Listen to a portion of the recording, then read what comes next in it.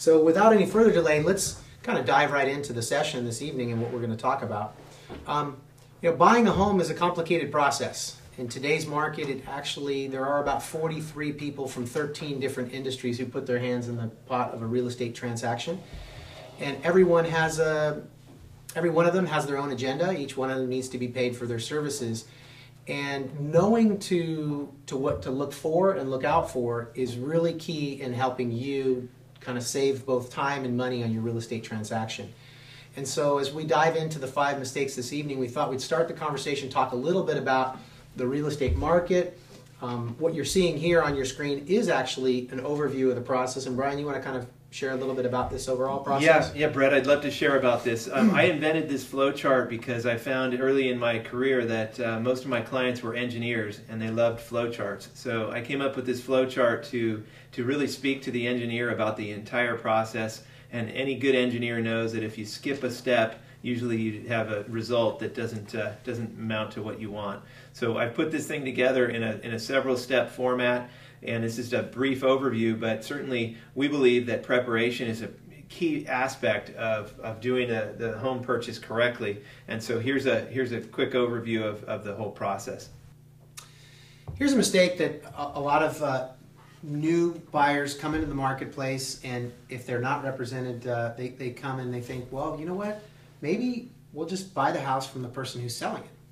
And so you're saying, Brett, that the buyer would actually call the listing agent, the one that has the sign out in front? Correct. They feel that okay, well, I mean, we want to buy this house. We just started looking. We found this property online, or we saw it in the newspaper or on Craigslist, and we'll just call the listing agent. Right. And why not just work with the person who's selling the house directly? And that actually is a huge mistake that buyers make, because the main reason is the listing agent, the person who's selling that property, has a legal duty when they sign that listing to get the seller the highest possible price. So why that's a problem for you as a buyer, I mean, it would seem convenient to go work with the person selling the house, but you really are at a conflict of interest. An analogy I've heard, just to kind of to put this into perspective, is if for some godforsaken reason you ended up in trouble and you had some criminal charges put against you and you needed someone to defend you, would you ever go hire the prosecuting attorney and pay him a fee? You wouldn't, right? It's just, it wouldn't make any sense. And yet the same token, we see buyers do this all the time. And one reason they often do is they assume that, well, maybe I can get a commission rebate back or something, or some kind of a discount on the property. Again, the seller is the listing agent has a fiduciary duty to get the seller the highest possible price. So even if the agent is giving a rebate on their commission, and there's realty firms out there who do that, I won't mention names, but typically if they're looking at 1% of a $500,000 purchase, you're thinking you're saving $5,000. A really good real estate consultant, real estate agent will be able to negotiate a discount for you far greater than that. For the clients that we represent, we guarantee to save them at least $10,000 on the purchase of their home. And that is only in the purchase price, Brett. Just in the negotiation we could save you that, but there's a lot of process. There's a tremendous amount of inspections and more negotiation around repairs. And that repairs alone could amount to 1 or 2% on some properties. And again, if the seller if the agent representing you has already signed a document with the seller as their listing agent, then there is no way they're going to go and negotiate on your percent rebate. Is really something that you ought to walk away from and know that you're better off getting somebody that's going to be on your side, negotiating on your behalf, especially in today's market when you can do much better than 1%. Here's another thing in negotiating, just a negotiation tip for all of you buyers online. A concern that many buyers have in this marketplace, especially since we've seen a decline in prices, is, how do I know I'm not overpaying for this property? And there is a contractual way actually to guarantee that you never overpay for a property. And it's called an appraisal contingency. So, get with your agent or whoever's going to be representing you and ask them about this, because it is a key thing that you want to make sure is included in any offer that basically states that once you put your offer in to purchase the property and you go to get your loan, the bank's going to do an appraisal.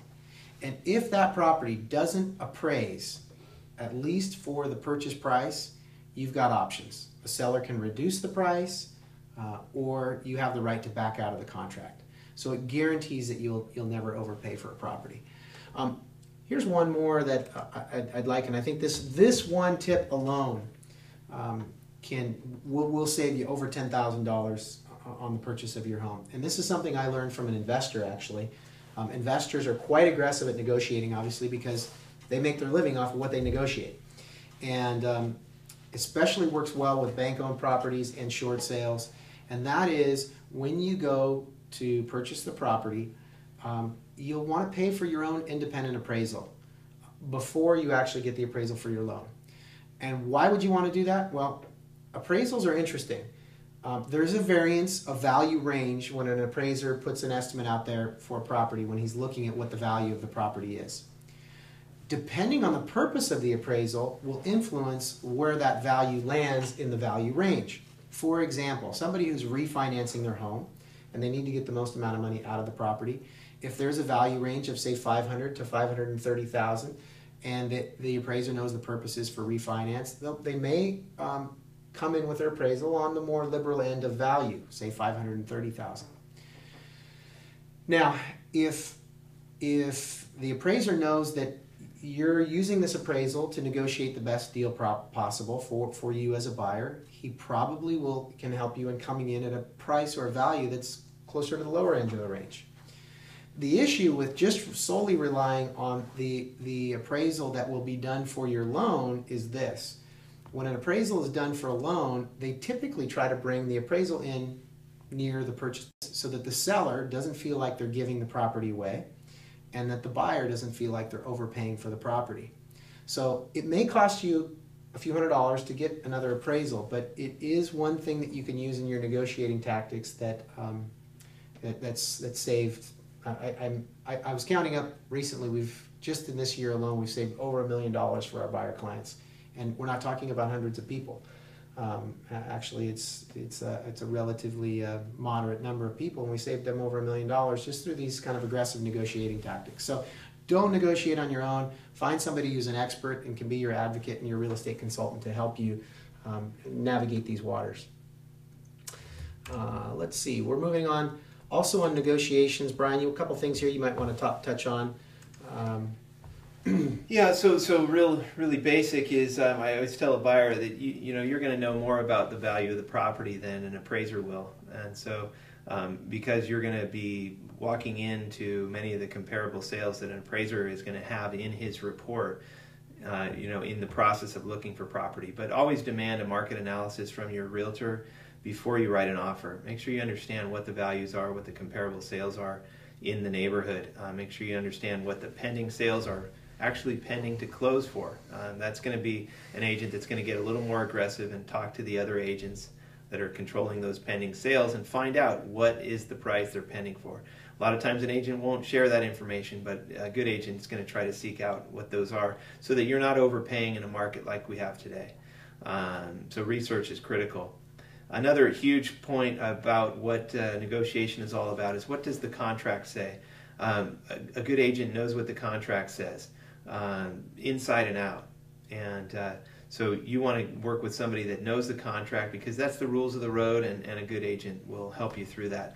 Now, the honeymoon is really short. The day and the minute that the seller accepts an offer, that second they're happy, and the day that you find out you bought a house, you're happy for about a second, and then about 2 seconds later the seller thinks they didn't get enough money for their house, and you think potentially that you overpaid. So this immediate honeymoon is over, and everybody feels a little bit stressed out. So that happens almost in every case, and so be careful and make sure you negotiate prior to contract completion. Don't do any verbal agreements during your escrow. I've seen people make lots of mistakes, both buyers and sellers, making verbal agreements with the other side of the transaction, and those verbal agreements coming undone before the close of escrow because of tension and or because of additional negotiation that happens. People often think that price is the only thing negotiable, and in a real estate transaction, and that is simply not true. The key would be to understand what the other side wants. One of the most important things with negotiation is understanding what the person on the other side of the table is looking for. And so, for example, if you find out the seller would really like to close quickly, you might be able to offer them less money if you're willing to close the escrow quickly. Same goes for a seller who may want to stay longer. This happens a lot toward the end of the school year. We might be in March, and the seller may want to stay through June until the kids are out of school. And if you're renting month to month, you could allow that. That would be very nice of you, but since you're being so nice, you should be able to trade that for a discount on the property potentially. So there's a tremendous amount. Those are just a couple of examples of negotiable items inside a real estate transaction. So it's much more than price. It's time and repairs and a lot of other things.